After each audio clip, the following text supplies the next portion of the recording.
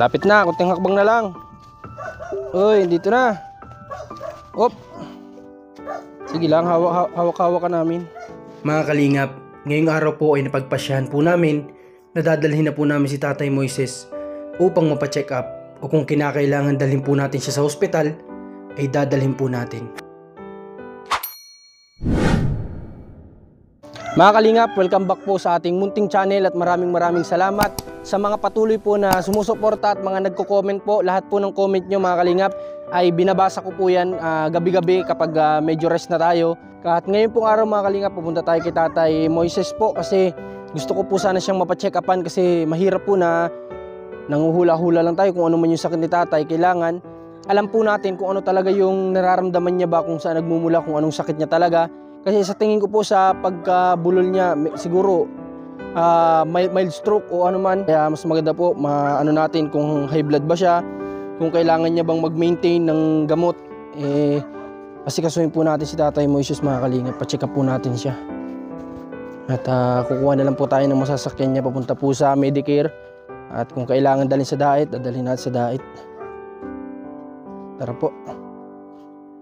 Tatay Moises, tara tayo, papacheck up namin kayo. Opo, papacheck up namin kayo. May ano kayo, Tay? May mga papers kayo? Anong papers yung meron kayong ID? May ID ka? Sige, Tay. Tapos bihis ka, Tay, ha? Tapos na ni Shirley, sama ka, ha? Sasakay naman tayo ng tricycle. Para may mag-alalay din kay Tatay Moises po. Kasi kasuhin natin sila. At maya po, lalabas tayo, kuha tayo ng tricycle para may sakay natin po si Tatay Moises. At sana lang, kaya pa ni Tatay Moises makapaglakad, alalahin na lang po natin. At yun nga po, gusto sana nila na magkaroon po ng pagtitirikan man lang ng bahay. Kaya nga sabi ko po kay Nanay Shirley, kung makakahanap po siya ng lupa na sa government para po walang problema, wala pong problema paggawa natin sila kahit light material. At least doon panatag yung loob nila. Wala pong problema yun. Tay Moises, kamusta ka na po pala? Kamusta ka na? Mara ito. Lalo pag ang naghihina pag nakuha ng sakit. Nanghihina ka? Ngayon ba tay, nagkain na kayo ng umagahan? Nagkain na. Kumusta yung pakaramdam mo kumpara nung pagbisita ko nung nakaraan? Mas okay ka ngayon? Doon kami nakabili ng masarap na ulam. Bakit tay? Ay, nagkawala lang na wag ang ulam. Nanay Shirley, nabilhan mo po siya ng gamot nung araw na yun? Pinainom man ako niyan. Mabuti naman po. Sige tayo, asikaso muna. Nakakalipag, asikasuhin muna natin si Tatay. Kaya na lang!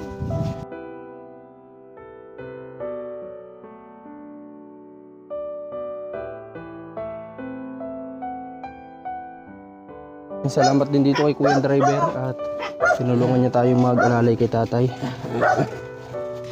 Pahinga muna. Sige, pahinga muna saglit. Upo. Suot na ang tsinilas. Ako na. Kabila.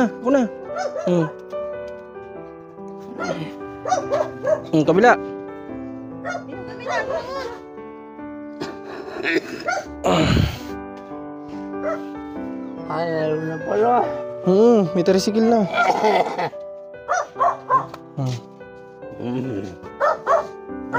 Sige, dandahan lang. At makakarating din tayo. May bukas pa naman.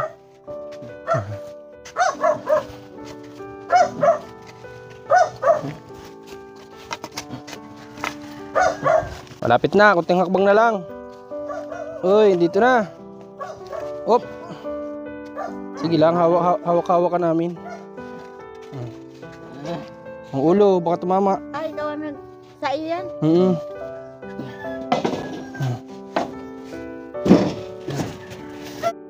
Mga kalingap, sasakay na din po tayo dito. At pagdating namin sa Medicare, ito ang pinakamahirap na madalas na nangyayari. Mga kalingap, wala po ngayon daw dito si Doc at yung nakausap namin yung isa ditong staff. Wala daw po kasi over duty na daw po yun simula pa kagabi. Kaya wala po mag-check up kay Tatay Moises. Kaya magbabaka sakali tayo sa center po. Try natin kung meron po doon. Tara. Kuya, doon na lang tayo. Try natin sa center, ano? Kung meron doon magche-check up. Bakit? Gusto po sana namin pa-check up si Tatay Moises. Wala po kasi sa Medicare, kakalisan daw po ng doktor eh. Wala ba si doktor dyan? Wala po ngayon. Wala. Paano kaya ito? So wala talaga, mag-aantay talaga tayo mga kalingap ng check up sa Medicare kung kailan babalik yung Kailan daw? doktor. Kanina daw po umalis eh, kasi over duty na daw po yung doktor. Bukas ba meron? May parating na doktor ano? Alas 5 ng hapon pa nga lang darating. Di wala tayong choice, bukas na lang, no? Sige kuya, balik na lang tayo dun. Wala din daw kasi dito si Doktora Madera. Ay, tara na po at babalik na lang tayo bukas. Wala naman tayo. Oo, bukas at wala daw yung nag-check up na doktor. Ito yung problema dito sa atin. Maapas dito ang tao. Ay, Ang ulo.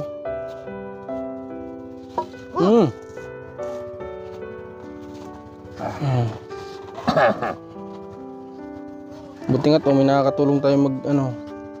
Ano na? Tara na dito. Yan, kasya yata dyan. Ang mataas ba dyan? Dito tayo, libo tayo dito sa kabila. Sige.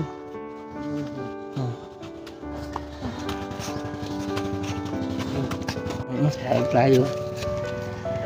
Ay, lukod ko ako.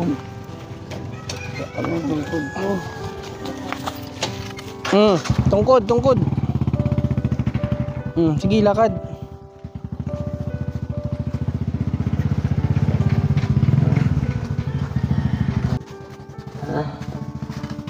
Kapit na, kaunti na lang.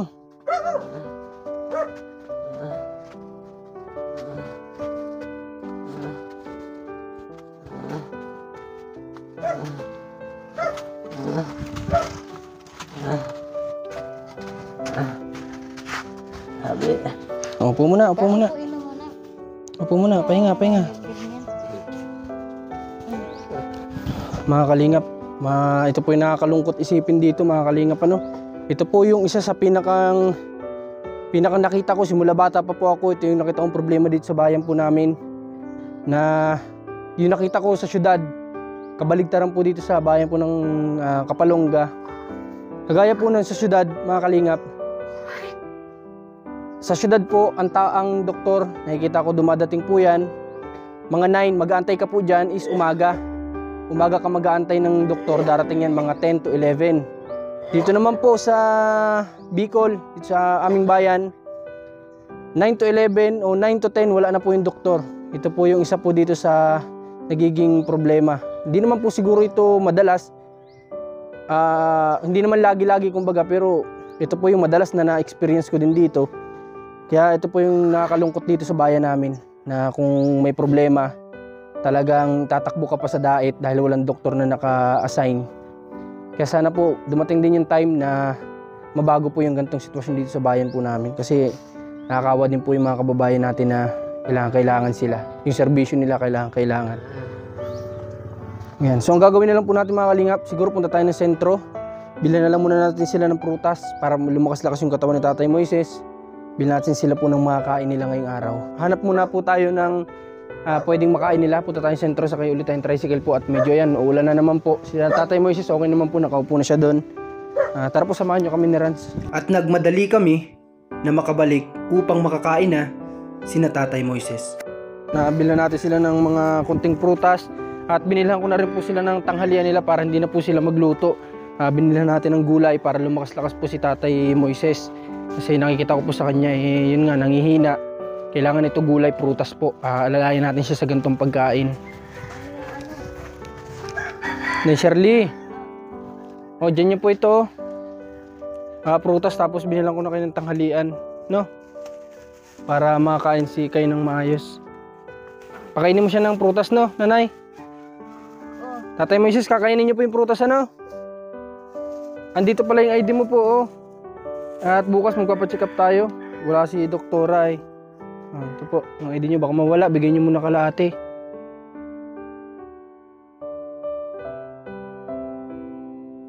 Saan ka ba gumauwi, tatay?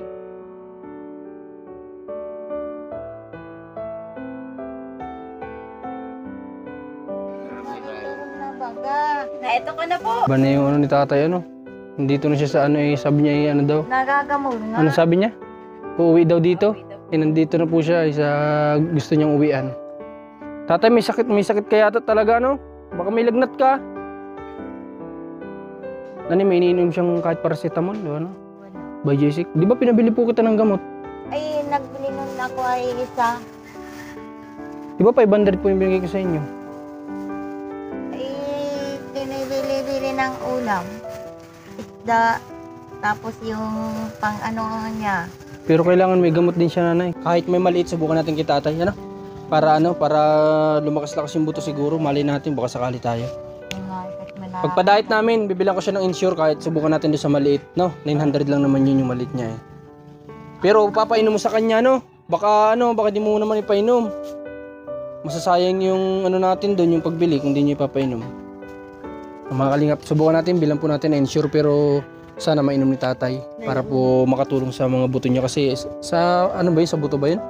Sa puto daw sabi ni Susan. Hindi ko po masyadong ano kasi yung insure pero alam ko po talaga para sa mga may edad na yun para lumakas-lakas po yung katawan. Hindi ko lang sure kung saan talaga yung pinakang target point niya kung para saan po, kung sa buto o ano man. Pero makakatulong yung kita tatay, sigurado po ako. Pagpa-diet natin bilang po natin.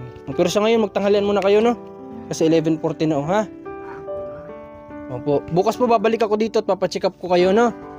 Tapos bili tayo ng mga grocery nyo, no? May bigas pa po kayo? Yung, At yung bigas na binili namin, naroon man doon. yung binigay ko sa inyo, nasaan? Naroon doon, iniwan namin. Ba't nyo iniwan? Kukunin ko. Ha? Dadalhin ko dito may Baka hapon. wala na kay Lydia na nakandali Eh, malay mo naman nandun pa. Di dadalhin ko dito, no? May dinala kasi ako sa kanilang bigas nun. Na iniwan daw po nila sa pabahay. Tingnan natin kung nandun. Dalhin natin sa kanila mamayang hapon po.